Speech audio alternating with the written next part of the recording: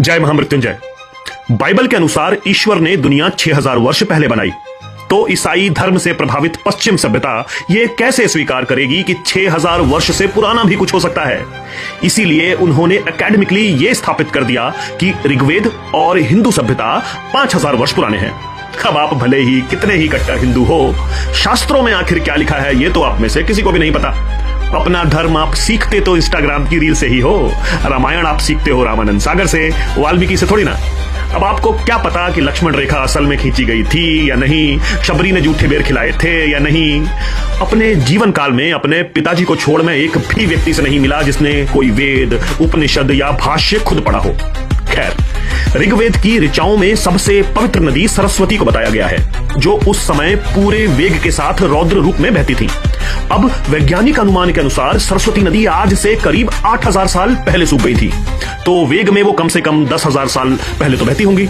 कम से कम बहती तो 1,00,000 साल पहले भी होंगी। अब सोच के देखो वेद कब लिखे गए। मगर मां सरस्वती के बारे में हिंदू बात करेगा तो 1500 से 2000 साल पुराने धर्मों की तो नानी मर जाएगी।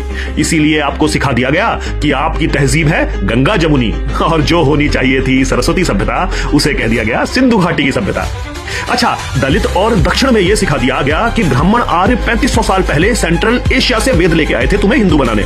उनसे पूछो कि आर्य अगर वहां से आए थे तो वो 10,000 साल पहले भारत की नदियों के बारे में क्यों और कैसे लिख रहे थे भाई, गूगल करके। मोहनजोदाड़ो की खुदाई में एक सील मिली है जिसमें पशुपतिनाथ भगवान शिव एक कठिन योग मुद्रा में बैठे हुए हैं। ये सील करीब 5000 वर्ष पुरानी है।